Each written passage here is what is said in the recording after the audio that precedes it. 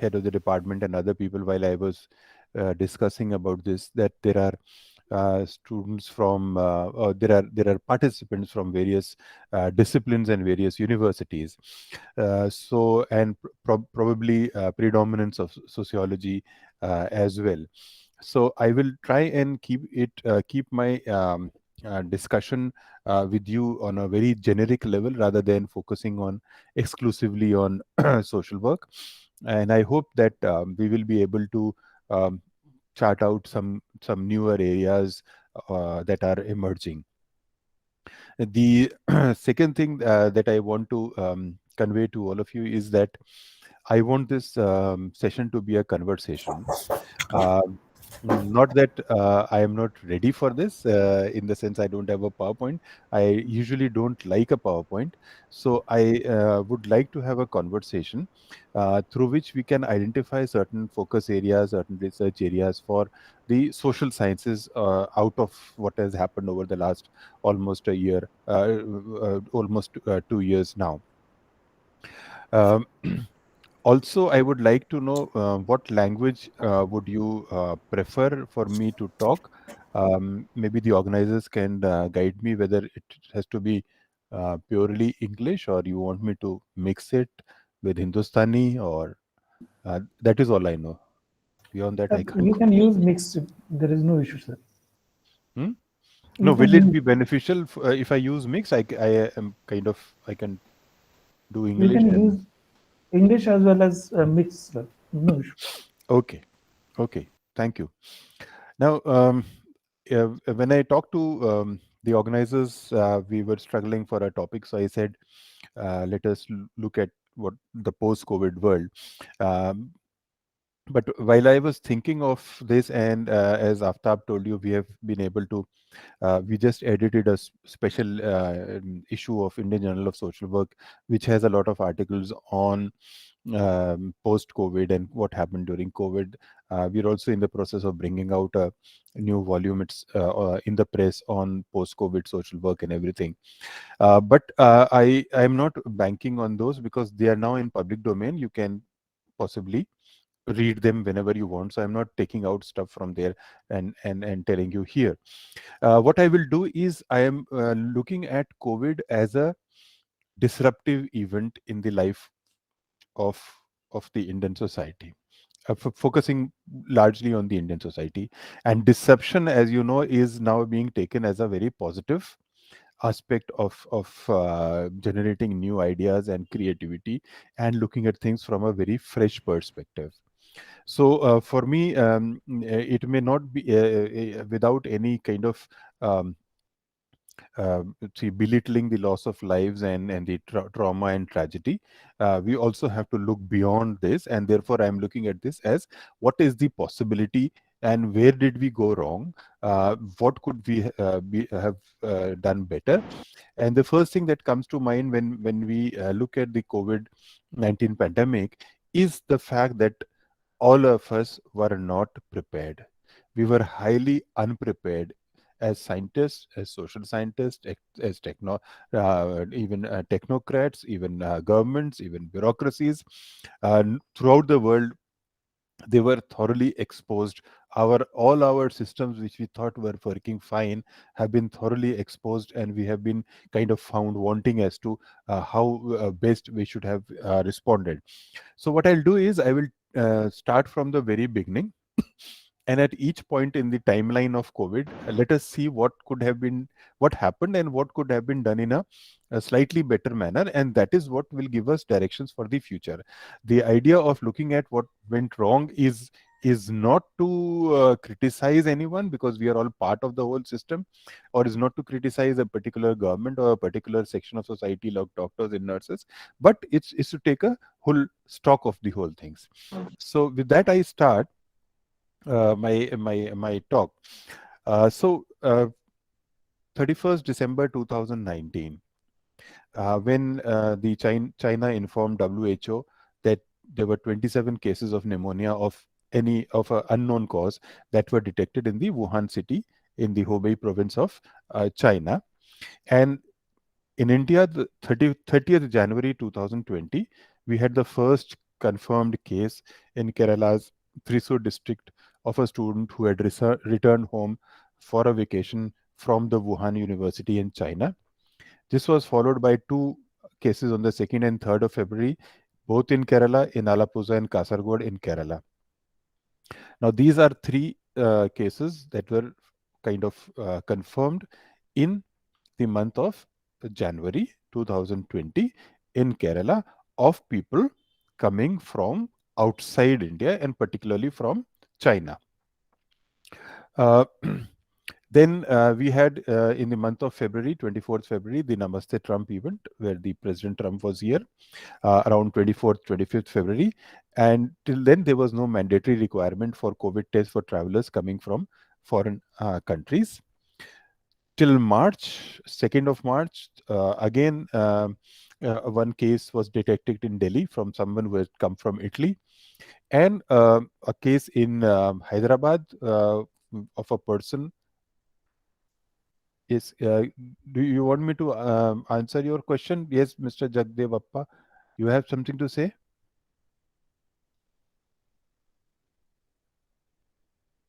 Okay. So,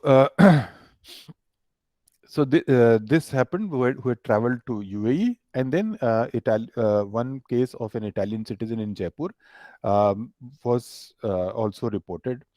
And so this continued till the last week of March 2020. Now, interesting thing is that all the positive cases at that point of time were those of with an international travel history. And when the first cases came up in Kerala, we were not very kind of proactive, and we didn't see the warning signs at that time. And we did not do any screening of any international passengers till the March 6th. So 3 months we were kind of waiting for things to unfold, and ICMR did not test people with COVID-19 symptoms. Those who did not have a travel history, ICMR didn't test them, and they said that you can go and there's no need to test you. So till mid-March, the government was also saying it's not a health emergency. The ICMR and other people also did not claim it to be emergency. Now, at this point of time, when they started spreading, a peculiar social phenomenon which you all are aware of started happening, particularly in the urban middle class places of residence, and that is that there was othering process started. Okay, now it is a very paradoxical situation that the initial virus came into India. It could have come through any other means as well, but it came into India via international travelers. Now, international travelers are people who belong to a particular socio-economic class, those who can afford to travel, those who have businesses outside, or those who have been sent on work outside India. So there was this othering process which started, which was not in line with the factual thing that there was a transmission through international travelers. We created a unfortunate class of housemaids, watchmen, personal drivers, and security guards, all those people who are there in the all the urban complexes that we live in, whether it is Pune, Mumbai, Delhi, Bombay, Jaipur, any B grade, C grade, A class city. So as I'm saying, paradoxically, the virus traveled to India via the international travelers who are largely middle class, uh, and they were trying to insulate themselves against the lower class. The lowest class became the sufferer in this. So there was a class angle in the transmission and a class angle in the response of the middle class. Instead of self-isolating themselves and taking themselves as the transmitters, they started isolating the lowest class, which is the easiest thing to do. So you had those cases where the maids, housemaids, the watchmen, and the drivers, they were all denied entries into the households as the middle class tried to insulate itself against the virus. Uh, now, you must have noticed that during that period there was a lot of activity on the social media, and there was a lot of kind of triumphantly postings on Facebook and Instagram saying, my maid hasn't come and I made breakfast, my husband made breakfast. So the middle class was enjoying, it was transmitting and it was enjoying it, and it was kind of touting it and showing it on the social media. But who bore the brunt of this whole insulation process? Maids who were not allowed into housing complexes, they were the last ones to be kind of transmitting it, because they didn't travel outside their locations, and they didn't do international travel. Watchmen, drivers, all these people were the first others that were created in this whole pandemic situation. Now, as I said in the beginning, the reason I'm kind of reiterating all this, you all know this, is that we need to look at why this happens. What happened, that this what is this social process that happened? What is the social psychological process that happened, that suddenly, like, you create an other? And if you read in the history of pandemics, you will find that this is a pretty normal thing to happen, that happens in times of pandemic. Now, almost 50 days after the first virus was reported in India, the Prime Minister spoke on March 19th, and he talked about one day Janta curfew on 22nd of March. And by then, we had around 360 cases, and almost 16,000 individuals had been tested. Uh, the positivity rate was around 2.2% at that time. Now, this was the first experiment of social distancing. Whatever we may say, we may criticize, or we may not agree with what happened, but this was the first element of social distancing that was thought as and is still being taken as a preventive measure for the spread of uh, the coronavirus. And then a nationwide lockdown was imposed on 25th March, which went all till April, and then till May, and then till June. And the Prime Minister at that time also said by late March that there is absolutely no need to panic. So this social distancing and the lockdown, there are lots of studies that have happened on education impact and impact on other things, which we will talk about later. But for students of sociology and students of social work and other social sciences discipline, if you look at it, the when you do this social distancing as a mandatory measure, um, what happens is that social spaces, the role of social spaces has fundamentally changed. The social spaces which were kind of acting as a positive influence, as a place where a lot of other social interaction could take place, now their role has fundamentally changed during these last 1.5 years.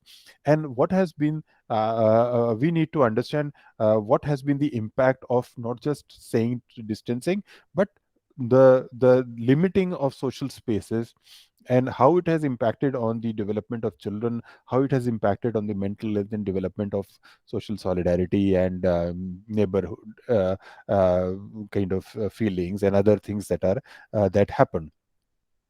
And during this period also, we had this kind of reverse migration that took place, or some people say migrant exodus, which started during the lockdown period.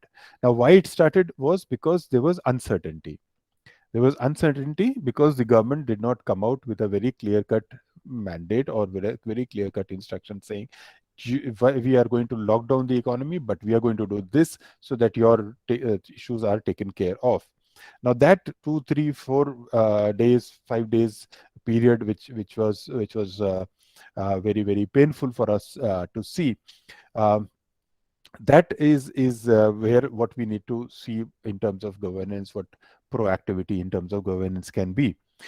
So when you have this social isolation, your social well-being is also threatened, because social well-being depends on not just getting food, but also on social interaction with your significant others, with your peers, with your family, with your neighbors, with your chai wala, with your sabzi wala, with your taxi, with all the social interactions that you have.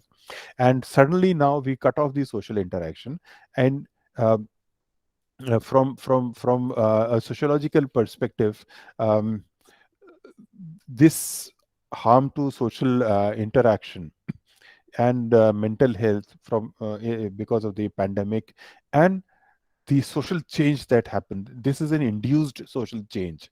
This is an induced social change. It's not a natural social change. This is a forced induced social change of living in isolation for almost 8 to 9 months. I don't remember the exact period of lockdown and how it all started unfolding. But what happens to society because of this social isolation? What happens because of this social isolation? Does it kind of help people, in the sense like it is helping people in the sense that they are not getting COVID affected, but does it increase the chances of social vulnerability of people? Is there a decline in the social trust? I think there was a massive decline in the social trust during this period of lockdown, where you did not trust even the closest of friends, and this is perfectly fine. You were not supposed to trust, but trust has an intrinsic value for your well-being. So if you're looking at everyone with suspicion, this includes me and you, everyone.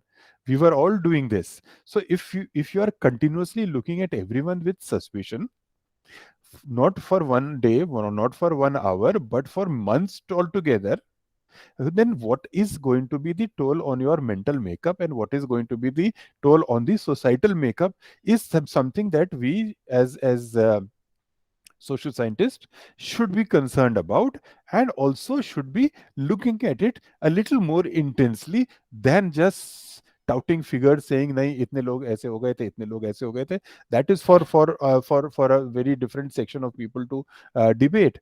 But for social scientists, we need to look at these areas which have emerged as areas of concern. And mind you, I'm not sounding, I don't want to sound pessimistic, but this is going to be what they call the new order, the new way of looking at things. And it is also pointing out to the fact that we need to be prepared next time around with the wherewithal, so that these things are taken care of. So the suffering that has happened because of the social vulnerability, because of the decline in in social trust, there's so much turbulence, there are so many discrepancies and social disruption, that has to be kind of understood from a pure academic pursuit. And maybe we will, through this kind of conversation or discussion that we have, be able to identify what kind of research should we be doing as in the COVID times. We may say post COVID, but we are not really sure whether it is going to be post COVID or not very soon, because now new strains of virus, new ways, new viruses, new things are coming up in Kerala and Tamil Nadu over the last 1 week. So we are really not sure what is happening, but we need to be kind of proactive in this. Am I making sense to you? My speed and language? Yes, sir. Yes, sir. Too. Very good. Absolutely, sir. Every Absolutely. participant. Yes, sir, we are with you. Yeah. Thank you, thank you, Yes. Yes, thank sir. you. That's very reassuring, because it feels very very I difficult know. talking to We a are blank so pleased. Yeah. Yeah. Yeah. We are with you. talking. Yeah. So thank you so much. So that is one aspect that is very important for social scientists to look at for our future, uh, in terms of both research and theorizing, and coming up with some kind of say let us say maybe we come up with some kind of explanations to why this has happened, and why this is creating so much of stress, because people are looking at mental health now. Mental health issues have come up because of these issues. So we need to go back to the original root cause of the problems, and then see whether we can conceptualize it differently or theoretically, and move forward. And for social workers, obviously, the pointers would be there as to how best we can work out interventions when we have this kind of a scenario next time around. I'm sorry. So the next thing that happened, the other thing that happened parallelly was, when you have this kind of lockdown. Now this is something that you all are aware of, that some people were disadvantaged and underprivileged, while people like me and my other colleagues, we were managing pretty well, because one, we had absolutely no issues of loss of livelihood. Alhamdulillah, like we were getting our salaries, we were being paid for this, we could arrange for support, we could pay for support, and therefore this middle class comfort uh, should not be seen as the thing that happened. What happened to the underprivileged and the disadvantage is for everyone to see. We have all seen it over the last 2 years. That, but that kind of a scenario where you lose your livelihood, where you lose all kinds of support, where you lose all kind of connect with the people, now that is going to lead to a lot of discontentment, and that discontentment is something that for students of sociology and social work can lead to disorganization at some point of time also. It is basically the nature of the virus which prevented that discontentment and disorganization to come up on the fore very clearly, because obviously people couldn't organize and do stuff like this. But if you remember the attacks on nurses, the attacks on doctors and health stuff, they were all manifestations of that discontentment and the disorganization that was palpable there. Had it been a non kind of this virus would have been different, you would have seen people on the streets protesting or fighting, or God forbid, even having food riots or something like what happened in the US. So, what does it mean that if this period of social derangement and social chaos that was there, is that the social bonds that are there, which were existing in the society, they became very weak because of the long phase of lockdown. Now, bonds are basically mutual, and they are dependent on the interaction that you have, how continuous and or how regular interaction you have with people, and how what you give and what you take, and that give and take relationship, that is what strengthens the bond. Now, in this phase of lockdown, these social bonds became very weak, and therefore you had this, you must have heard stories and reports about the increase in cases of domestic violence, and increase in some cases, not large, self harm and other things also. Now, if the families had been functioning normally, people visiting them, they visiting people, going outside, letting off their steam, enjoying life in a normal manner, probably the frustration and the anger and the discontentment would have been taken care of. But because of the lockdown, obviously, uh, lots of such kind of cases, as I said, as an example of domestic violence and other things came up. And sociologists would tell me whether we were actually heading towards what anomy is, or whether it was pre-anomy or something. But yes, the opening up actually helped to stop that. So, when you have this scenario with the lockdown environment and social distancing, there's a lot of social disconnection and loneliness, and these are areas which need to be studied by us, which need to be taken note of by social scientists, sociologists, psychologists, and social workers, as to how best can we work around social structures, social society, social organizations, so that we are able to handle these kind of things in the future. whenever such kind of natural or unnatural calamities occur, or whenever we are forced to resort to such measures like lockdown and other things. So if you have any questions, if you want to take them now, we can take them, or I will continue as the director says, we can take the questions at the end. So please hold on to your questions and we can take them at the end. So don't raise your hands. Thank you. So now we move forward. 27th of March, the Prime Minister started or asked the people or exhorted the people to do this, light the diyas and candles and bang utensils and all that. The idea was to give hope to the poor. A lot of discussion emanated after that. Some people made fun of it. Some people gave a yogic explanation for it in the sense of sound waves making an impact and so on and so forth. But for a social scientist, for me as a social scientist, this was the first attempt from December to March. It was 27th of March, in the 3 months, to generate some kind of community solidarity, to generate some kind of a solidarity that we are all in this together and we will try and come out of this. Now this after say, let's say 1.5 months of lockdown, when the effects of lockdown was starting to happen.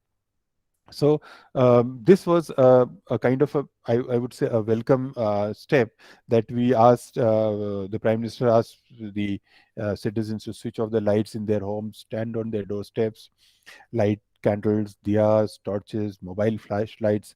This happened on 5th of April for 9 minutes. But the idea was that even though you are at your home, you are feeling lonely during this lockdown, Thalinath. but you are not alone. There are also people that are there, and as the Prime Minister said, we have the strength of the country's 1.3 billion people with us, so that we can dispel the darkness of the coronavirus pandemic and give hope to the poor. So this is something that is important for sociologists and social scientists, that what was this whole step, how was it formulated. It may not have traveled very well with the thinking class at that time, but if you reflect and if you are aware of that, this could be seen as one of the attempts to generate some kind of community solidarity. And here the definition of community solidarity also was flipped, changed. Now you are supposed to show social solidarity to others by isolating and distancing yourself from them. Now this is a complete turnaround of the definition of solidarity. Because we have lived through those times, we have not been able to kind of let everything percolate down into our systems. We are living the moment and moving forward cautiously. We have to step back and analyze all these kind of things that have happened, so that we will be better. As I said, we have better theories, we have better explanations, and we are better prepared for the future. So and now, if you were not meeting people and not kind of greeting them and not hugging them earlier, you were a social outcast. Now with this virus, you were a social outcast if you were kind of not adhering to the social norm of social distancing by isolating and distancing yourself from your friends and other people. So this is again, as I said, a very important point in the timeline of COVID in India, and we need to examine it from a sociological and social work perspective. So now this transition that has happened appears on the surface to be pretty normal. भाई आपको कहा जा रहा है घर पे रुकिए, तो घर पे रुकिए ना, आपको क्या प्रॉब्लम है, बाहर मत निकलिए. That's all we are saying. और कुछ थोड़ी कह रहे हैं आपसे. That is what we kept telling the middle class kept telling the lower class. भाई बाहर मत निकलो, मास्क लगाओ, ये क्यों इतना परेशान हो रहे हो तुम लोग? Now this change, this sudden change, this very rapid change, and this transition, this also led to people being alienated from the larger society. Now, I'm using alienated as a word not in terms of physical alienation, but in terms of the sociological perspective of alienation, in the sense that the moral compass of the society changed. What was considered good was not considered good now, and that has happened very rapidly. Normally these changes take place over generations. The transition from these kind of things, they change very slowly. But here you have within a period of 2.5 months such rapid change that social gatherings, outings, shopping, dining, um, those connections which create that sense of solidarity, and and suddenly all this is not there, which means that you're not supposed to the if you look at all the norms that we were supposed to follow in terms of life, in terms of social life, 99% of those norms had to be abandoned. Only one norm of isolation was to be used. The rest of it, obviously, you couldn't do it because you're not supposed to do it. You're not supposed to go out and meet people. So this normlessness, if you want to call it, or disconnection, uh, which was happening, and because of the loss of collective confidence in each other and in the general way in which society was progressing, or every day you had stories of how many people died and how many people had been kind of mistreated at hospitals there, and all those kind of things that were coming up. Now that all led to the issues of mental health coming to the fore, and mental health became an issue for most of the people. So that is one phase, the first 3 months of the virus. And what I have tried to tell you is, although we have all lived through this, we need to sit back, reflect as intellectuals, and see our sociological, our psychological, our social work explanations of what happened and how best we can be kind of ready for the next such event, God forbid, if it happens. Is that okay with everyone? Sir. Yes, Yes, sir. okay. Okay, thank you. So now we move on to end of March. 31st March of 2020, Nizamuddin emerged as the COVID hotspot because a large number of people from outside the country and within the country were there at the headquarters of the Tablighi Jamaat or the Markaz, and slowly this spread. Delhi had an increase of a large number of cases, out of which 91% were linked to the Markaz. Um, Tamil Nadu had cases which had links with Markaz. 9 people died in Telangana because they were linked to the Markaz, and all of them had attended the Nizamuddin Markaz event, and this became known, gives this rise to some new kinds of vocabulary like super spreader and so on and so forth. Now, from a sociological perspective and from a psychological perspective as well, this COVID spread was taking place while there were a lot of protests which were going on by Muslims and other concerned citizens against the implementation of the CAA and NRC, and Shaheen Bagh emerged as the hotspot for this. So there was always, because they were challenging the government, they were challenging the discourse of the government, and they were stopping traffic on the main arterial roads, which definitely was causing discomfort to the citizens. Um, you had already a process of othering which was set in because of the CA and RC protests. And what othering basically means is that when s- individuals or groups of people, you start attributing negative characteristics to other individuals or to other groups of people, so that um, uh, they appear to be different from you, and that sets them apart, or you become opposite to them. So all those who became the carriers, or who could be the carriers of the virus, were the others in the initial phases. So your frontline workers, your doctors, your nurses, ward boys were the first others that were created, since they were in direct contact with the patients. And you had yeah, such stories where doctors who were working with COVID patients were not allowed back into colonies, nurses were not allowed back into colonies, and hospitals had to make arrangements for doctors and nurses to live in the hospital premises, sleep there, and be there 24/7, because the community was not willing to allow them. So same happened with the sanitation workers, and the idea was that since they are potential carriers, we don't want to have anything to do with them. The second interesting thing happened because of the fact that open नहीं आलंय. the fact that this was a हो हो हो काही paper आलेले म्हणजे आम्हीच काढले ना तर मग Kavita ji, please switch off your mic. Sorry.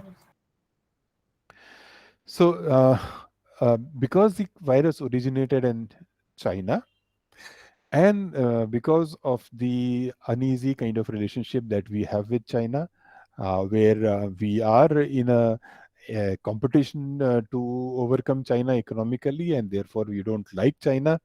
The first thing that we tried to do was we boycott the Chinese goods and Chinese stuff and everything. So this othering process was continuing. So you had the frontline workers and then the Chinese people, and unfortunately, a lot of northeastern people also suffered because of their similarity in looks to the Chinese, in the particularly in my city, unfortunate city, Delhi, where you have this problem of a huge magnitude. Now, normally, in if you look at the history of pandemics, there is always this othering that happens because people want to kind of protect themselves, and there are a lot of xenophobic reactions to diseases that have happened in the past, and they have all been, for example, a lot of people call the COVID virus as the Chinese virus. Similarly, the earlier leprosy and tuberculosis and other were also given the names of the places where they came from.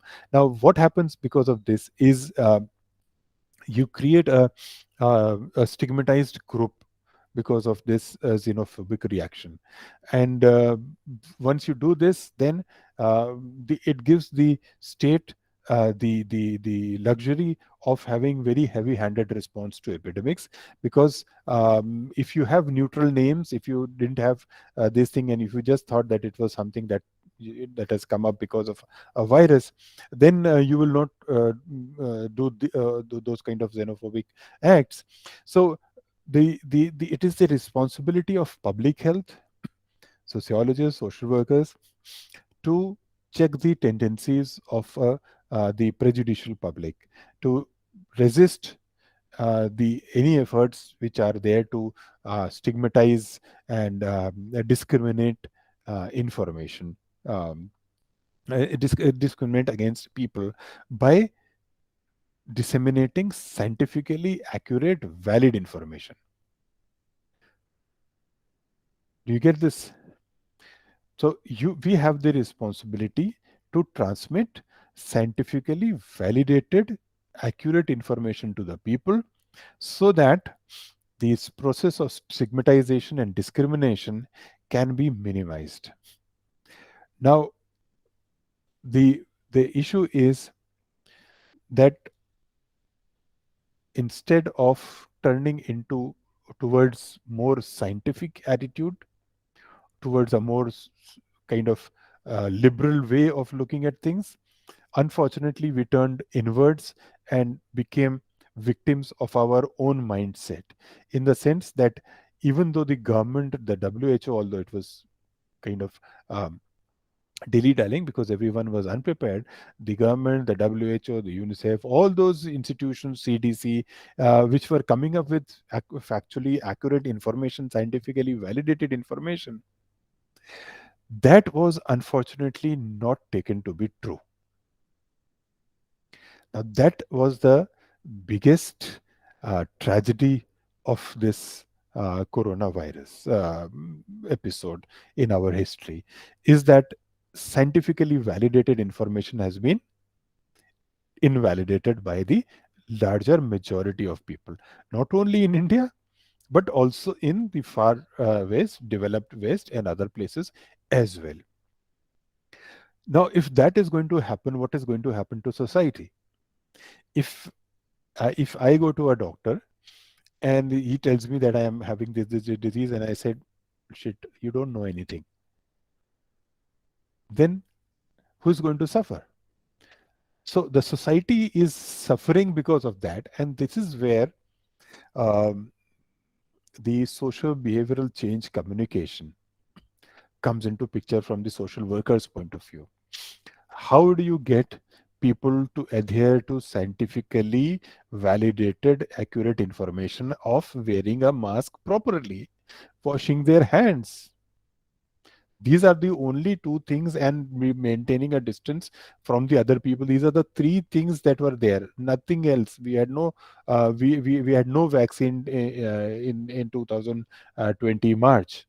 We were just doing these three things, and even these three things were not being taken seriously by the general masses, leading to all kinds of um, kind of problems that happened because of this. So you have the responsibility, we have the responsibility to curb all this. And also please understand that it should now be clear to everyone that epidemics may be medical in nature, but their responses are social and political, as we have seen. And it is much more than the disease.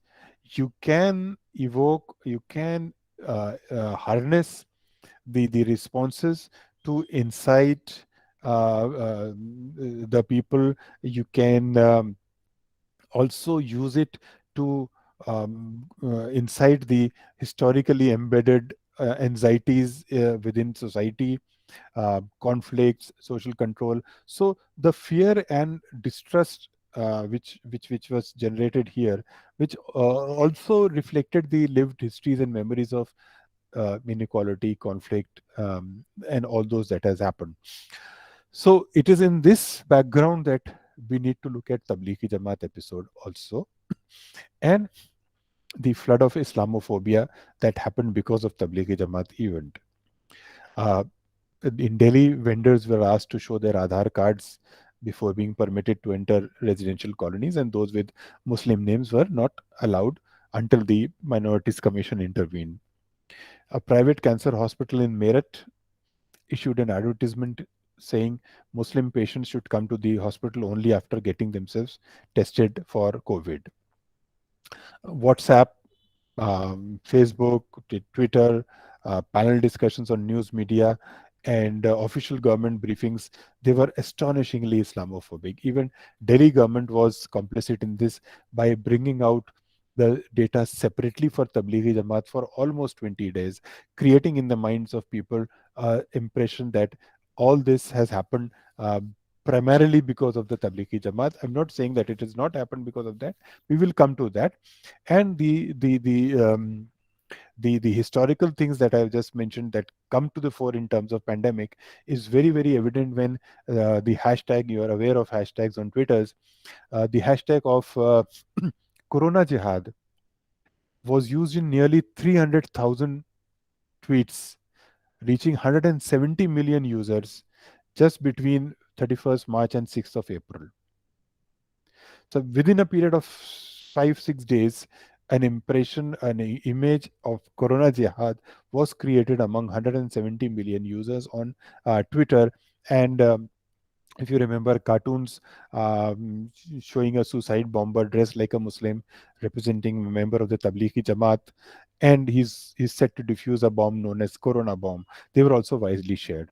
So the search for scapegoat is also a very normal phenomenon for any governance system and for societies. And here in Indian case, the scapegoat was the Indian Muslim minority that was already under threat because of its CA and RC protests, and it felt under threat because of the Tablighi Jamaat event. And if you read the history of scapegoating by Charlie Campbell, you will find that everywhere governments channel public anger towards either internal or external enemies as a way of diverting attention from their own issues. So I will not go into detail of this. Just two things. It was not surprising that it was later reported that sampling bias, if you are all students of research also, resulted in the disproportionate number of coronavirus cases which were attributed to the Tablighi Jamaat gathering, because they were all tested. And from there, if you test 100 and you find 57 Tablighi Jamaat, it doesn't mean that everyone is there. So the rest of the country was not testing, Delhi was not testing, so just Tablighi Jamaat was being tested. So that is what led to the inflated figures. And also, if you are following the court cases, in almost all the cases till now, all the members have been exonerated, all the Tablighi Jamaat members have been exonerated. But my concern here is not Tablighi Jamaat. My concern is that the period of time that we spent demonizing Tablighi Jamaat and demonizing Muslims, also, which could have been spent in adequately responding to the crisis of Corona, and also spreading the scientifically validated information for the people to consume, was wasted. And we need to have a look at if this had not happened, what would have happened. So we need to look at it from that perspective also. So from June 8th, you had the phased reopening after 75 days of lockdown, and we had 250,000 COVID cases and almost 7,200 deaths. And cases started declining until February 2021. So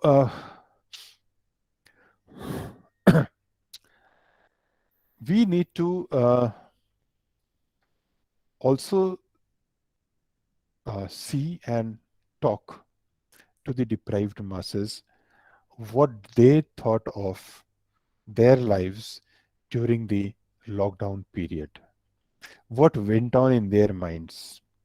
Did they find us, the middle class and the upper middle class or the lower middle class, as their partners in this whole crisis, or have we created another class of antagonism with the lowest class because they did not feel cared for and they felt marginalized because of whatever happened during the lockdown?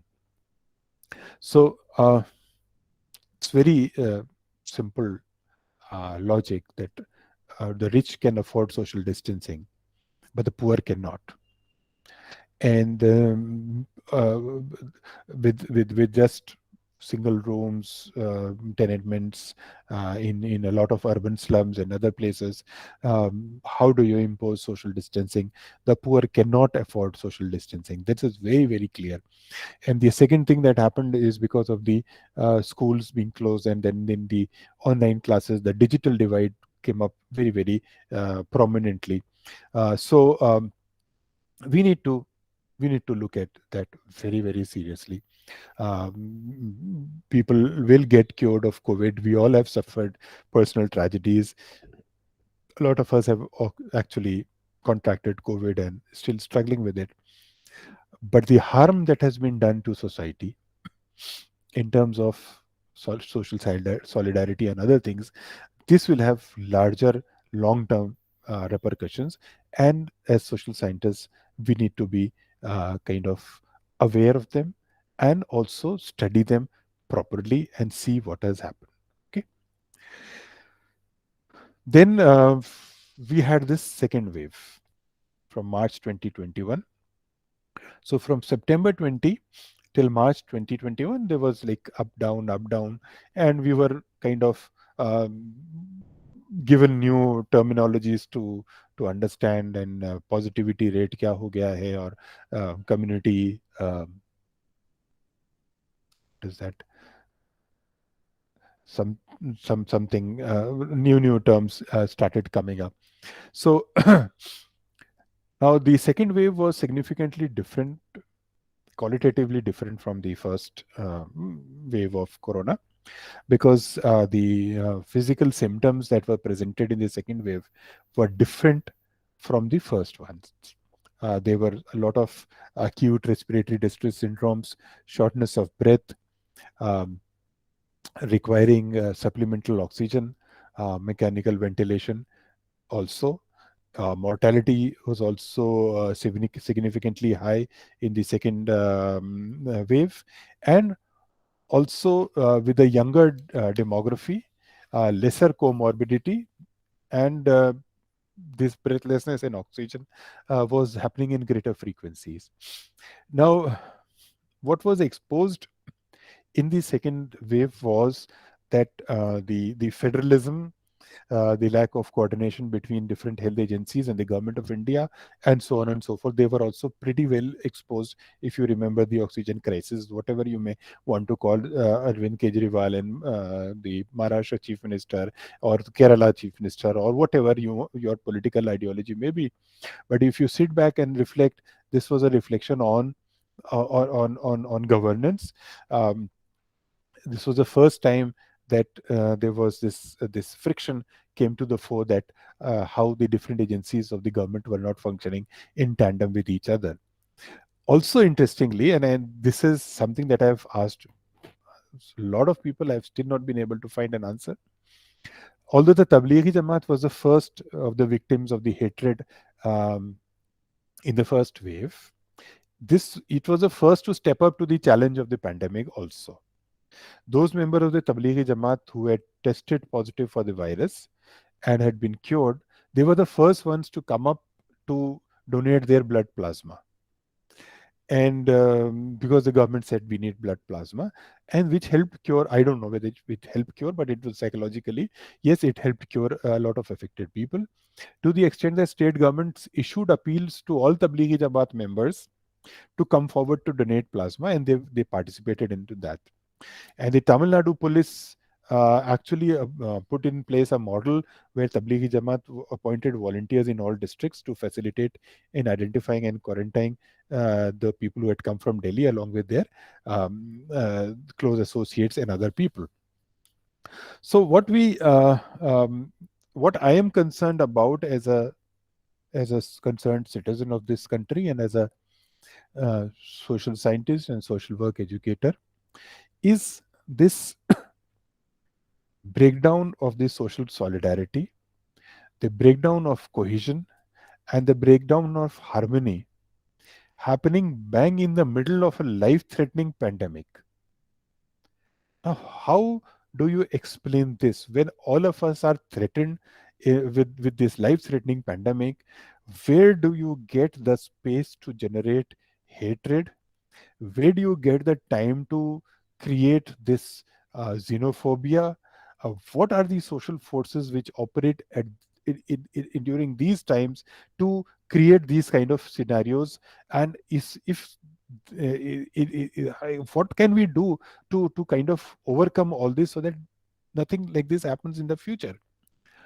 I also have my grouse against civil society organizations that they were probably too busy in organizing relief to take note of the disturbing phenomenon of the xenophobia and the Islamophobia and the anti-Muslim discourse, and it's very normalized anti-Muslim bashing has been seen throughout.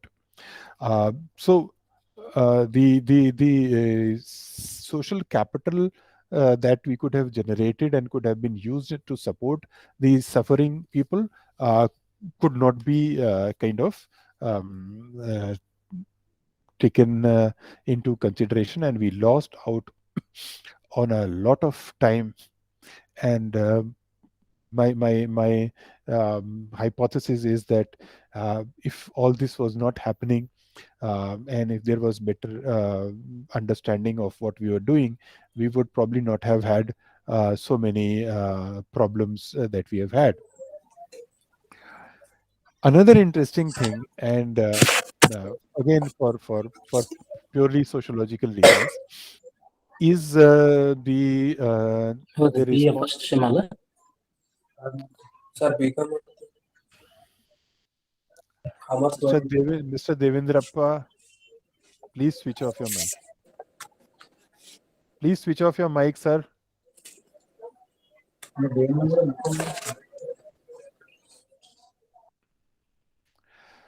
The interesting thing that happened is the while the country was fighting the pandemic and everything, we had these three very interesting farm laws which were brought out, and as a result, you had the Sikhs and other farmers coming into Delhi and protesting. Now, it is also interesting for you to see, not in political terms, because it is very easy to classify anyone as anti-national or not following the norm. But it is also sociologically very interesting that when the Shaheen Bagh agitation was going on, there was a lot of show of solidarity by the Sikh trade unions. And they came to Shaheen Bagh and they stood by and they ran a langar and so on and so forth. And then when the Sikhs started their agitation, and along with the other farmers from Punjab and Haryana and Western Uttar Pradesh, the Muslims of that time also of the border areas also established solidarity. Now, just the fact that the Sikhs and the Muslims came together to kind of help each other led to the Sikhs also being branded, and a lot of hatred being generated, although they are the first ones to reach. They were the first ones to reach to set up langars. They were the first ones to set up oxygen langars in across the country, and they were sacrificing tremendous amounts of money and their lives and everything to help other people regardless of religion. But it was so easy to kind of mix them with the Muslims, who were in any case discredited, and say now these are the two common enemies. Now, these underlying social phenomena are some things that, as young social scientists, you are all young people who are here in the teaching profession and research for a very, very short duration, and you have a long career ahead. As social scientists, we need to be aware of and look at what exactly is happening at the level of society. Is that okay till this point? Are you with me? Yes, Uh, sir. Actually, Yes, sir, sir. we need to end this session up to 1 o'clock. Before that, participant asking for the question and answer session. I give me 2 minutes after. Thank you, sir. I just have two minutes now. Now, in this scenario, as I was building up this, can we look at, as I said in the beginning, COVID as a disruption, COVID as an opportunity to reflect on what we are as a society, to reflect on the development models that we have followed till now, the failures of the development model or the success of the development model, political leadership and governance issues, um, social relations, most importantly, the relationship between the state and the citizens. What is the kind of relationship that the state should have with the citizens, the entitlements of the citizens, the accountability of the state and the civil society organizations and the NGOs? For social workers, your models of service delivery, your models of beneficiary screening and saying who benefits, who doesn't benefit, the rights of the citizens, the vigilantism that happens, how we treat our citizens, so on and so forth. So my take on this is that this is an opportunity for us to reimagine what is going to be the future for all of us, and social scientists have to work extremely hard to one understand what all happened, what could have been done better, and so that we can then give leads to not only to ourselves and to social workers and to sociologists and to psychologists or political scientists, but also to scientists to devise much more humane and normal human ways of handling pandemics. And we also have our kitty full of explanations and theories and toolkits and other things to proceed in that direction. Now, that is what I have to say. Before I take questions, let me clarify. As I said, I want this. This is coming from my heart. It is not very well intellectualized or theorized, but this is I feel my responsibility to talk to young academics and to raise those kind of questions that young academics should be asking. So, if you ask me a question, I may not have an answer, because we don't have answers. So I am responsible for what I have said. I'm not running away from that. But let us now take up the discussion part. Thank you so much for being patient listeners. Thank you very much. Aftab, are you going to moderate this? Thank you, sir. Thank you for this insight about the what is happening for last 2 years during pandemic. Now the session is open for the question and queries and suggestions and observation. The participants may ask questions or put their suggestions or observation. Participants, now it's your turn. May I go, Mr. Aftab? Okay. Someone of rules. Yes, yes. So thank you so much, Zubair sir. It was a pleasure listening to you, and especially the way you have presented the timeline of the COVID right from the onset and the social implications of it, and how it has further stratified the already stratified social order in our country. So on grounds of caste, class, religious minority, and gender, of course, you didn't talk about it much, but we all know the implication of the lockdown on the women and the domestic violence and work burden that they have been exposed to. Um, and yesterday's session, we had a session by Professor Bhatt. He was the inaugural speaker, and he very well contextualized this same thing by using the term as social distancing. That why did we use a term like that? Why not physical distancing? And how this has perpetuated the othering factor that you have been talking in your talk. So I just want you to throw some light on the fear psychosis of the whole thing, because especially in the initial part of the pandemic, there was a lot of fear which was propagated through the social media, WhatsApp, news. Even the Prime Minister's speeches were like very much like towards the fear. And that fear is somewhere I feel is slowly receding. So can you share your reflections on it, like how good or how bad it has this whole thing has been? I have pointed that out in my talk also, that fear is there are two aspects to fear.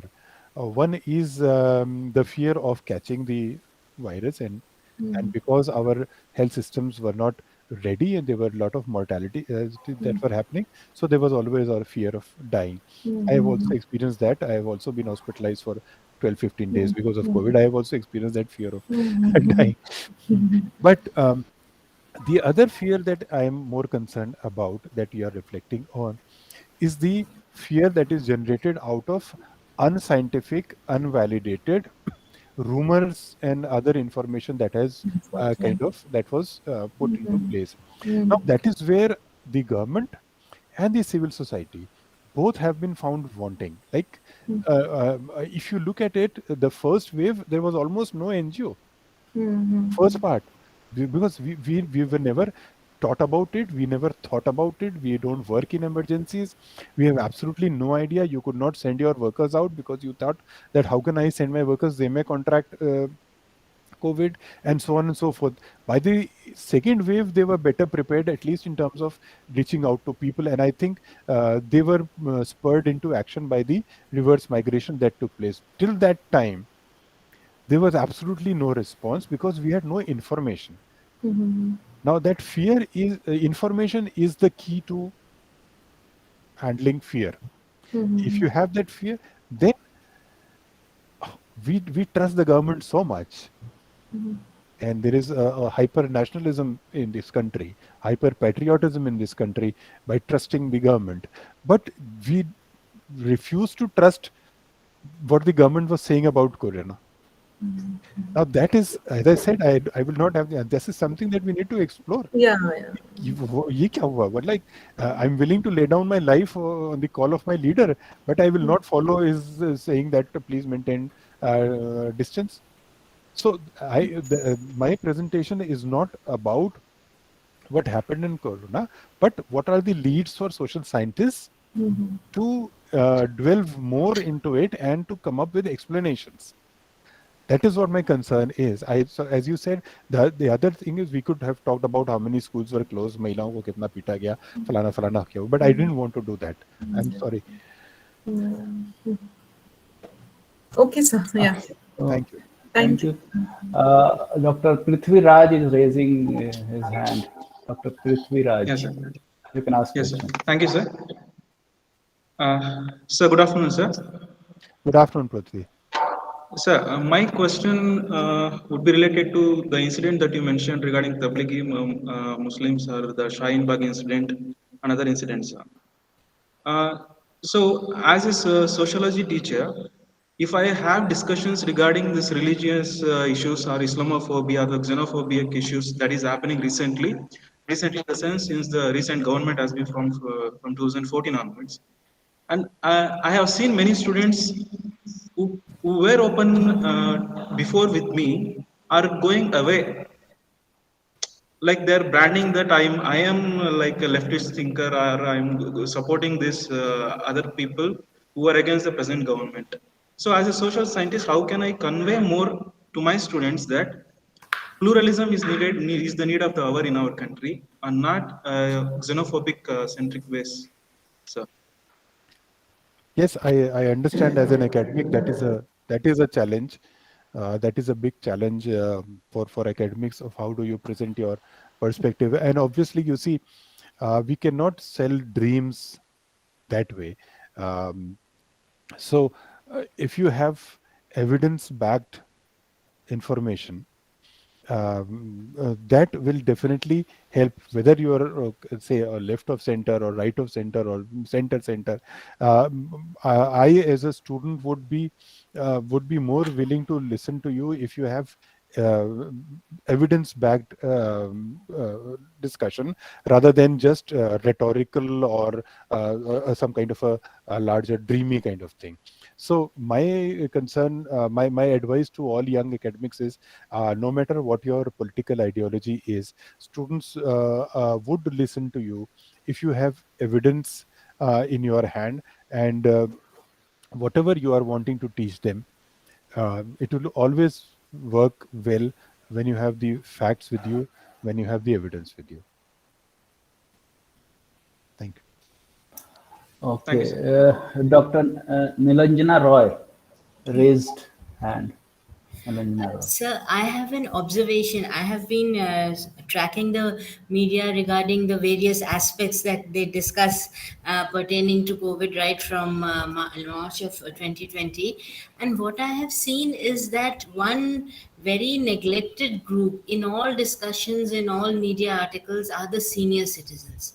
See, we discuss them in terms of health, that okay, they are the first vaccination, etc. But no one thinks about their mental health issues of the senior citizens. What I have observed within my own family network is that there were many senior citizens who lived by themselves and they never felt isolated, even if their children are living abroad, because the children are coming every year and they are in constant touch with their parents. And if the children are in some other city in India, it was almost like being in the same neighborhood kind of thing. But now, with the stoppage of flights, with the fear of infection, when the children are not able to go and visit their parents, suddenly that isolation has become a big thing for them. And many of my relatives have seen going into clinical depression. Yes. So, for example, in my own family, my husband traveled after 7 months to visit his father, and he got COVID and he infected his father. As a result, the other cousins got all the more scared that we cannot travel. We are, putting our parents at risk. So, but the result was that long period of not seeing you. See, as a generation, we might be comfortable with technology. They too have phones, they too have WhatsApp and video calls, but somehow they don't equate it equally as a face to face, your children visiting you, that kind of thing. So many senior citizens have really slipped into clinical depression, and sometimes it has been fatal. But that aspect of the vulnerability of the senior citizens is not being discussed in COVID discussions. Yes, they are very prominent in terms of health, but the sociological aspect is not being seen. So that was one observation, that maybe we should look into those aspects also and not neglect them sociologically. Thank you for supplementing and very interesting observation. Yes, this is true. Also, as I said in the beginning, we are all struggling. None of us have answers. So the civil society organizations which are working with the elderly, which were still focusing only on their mobility and those kind of things, may now Right. need to go back to the drawing board and say, now let us look at it in this kind of a scenario. What do we do? Are there any alternate ways of looking at it? For example, in just one of my other interactions with the another group, I made this observation just to kind of provoke people, and I said that over the last 1.5 years, it has been proven that we don't need schools, and also it has been proven that you don't need clothes. So many clothes. So in terms of schools, I said yes, it has been proven that schools need to, we need to revisit education and see whether school is the only mechanism for transmission of the knowledge and values that we want our children to learn, or can the community take responsibility for transmission of some of the core values and and principles of living in this society that the school does, so that the school only limits itself to A, B, C, D, and Kaka, Gaga, and mathematics. So we need to reimagine the whole school scenario all over again. Everyone is thinking that this disruption has happened. December tak sab theek ho jayega, then we will come back to normal. फिर ऐसे ही खुलेगा. It may or may not. I'm not a doomsday person saying कि अब नहीं होगा, अब तो सब मरेंगे. नहीं, ऐसा नहीं है. But what if it doesn't?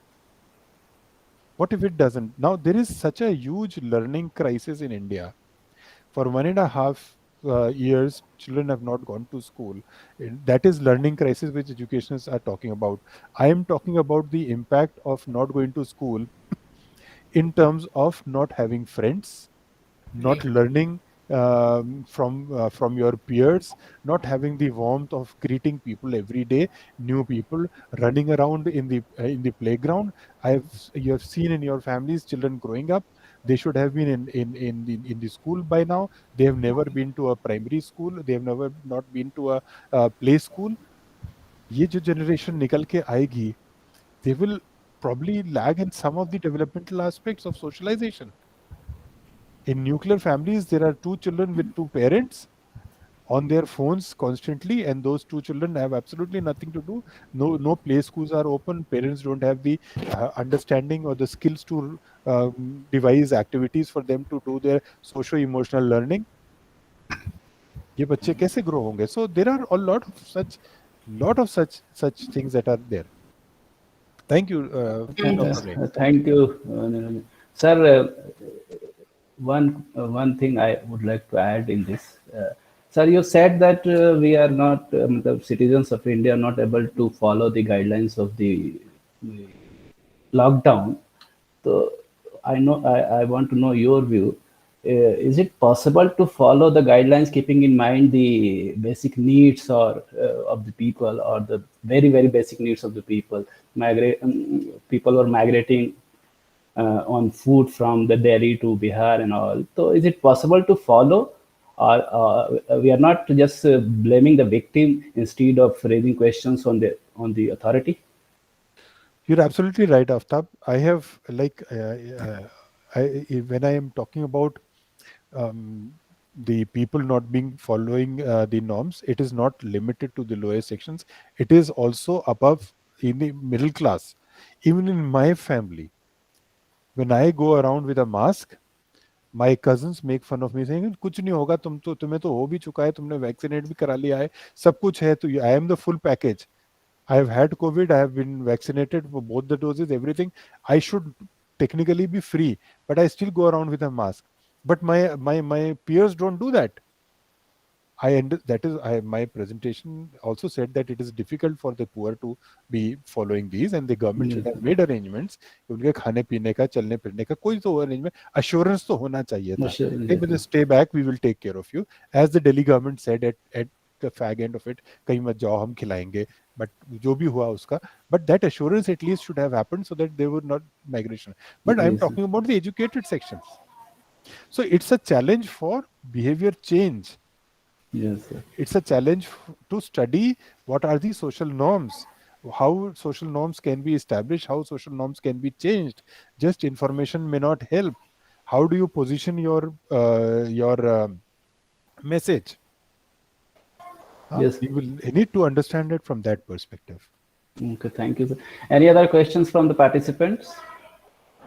Need to wind up. Thank you.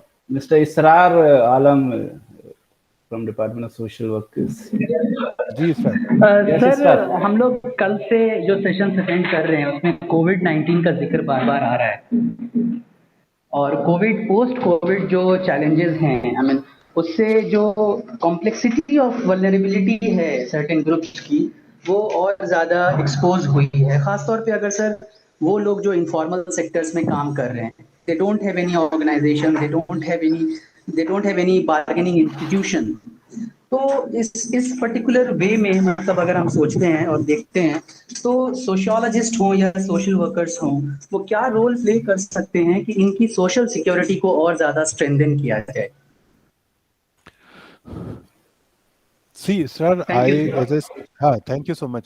As I said, I'm not offering solutions here because in 1.5 hours you cannot offer solutions also. But towards the end, as I said, you have to reimagine. Like we are still trying to fit our normal things into this abnormal scenario. So, जो हमारे पास है उसी को लेके जाएंगे उनके पास. For example, the whole of India, rural India was being fed on the NREGA के जरिए ही हुआ. हमने कोई नया चीज डिवाइस नहीं किया. So similarly, for all sections of society, we will have to devise, as I am saying, forget about it, erase your memory, look at it all over again, that this is the scenario which has happened in March 2021. Because of all this has happened. इसी तरह से March 2020 में भी हुआ था. How do we now take care of the people and, as you're saying, improve their bargaining power, इनको unionize करना है. आपके traditional tools did not work. Your traditional institutions failed. So don't try and fit those traditional institutions के इसका एक clause इधर से उधर कर देंगे तो ये आ जाएगा. No. Think of it in a fresh manner. That is what I am saying. You have to kind of जैसे पानी पड़ के बिल्ली और कुत्ता अपने झाड़ देते हैं ना, वो झाड़ के सोसाइटी को दोबारा से बैठ के सोचना पड़ेगा कि अब कैसे ड्राइंग बनाई जाए, किस समाज को हमको कंस्ट्रक्ट करना है, a more humane, a more caring society, rather than running after GDP and foreign exchange. What is the difference in governance in New Zealand and the rest of the world, except for their GDP? Thank you, sir. Thank you. Thank you.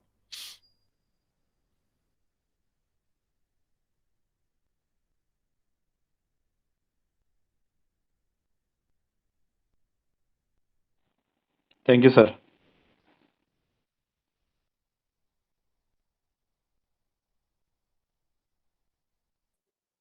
Aftab आपका mute है।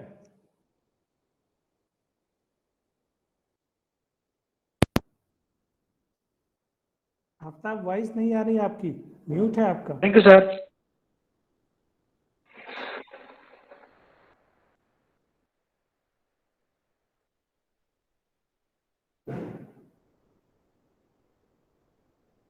Sir, your microphone is off, sir.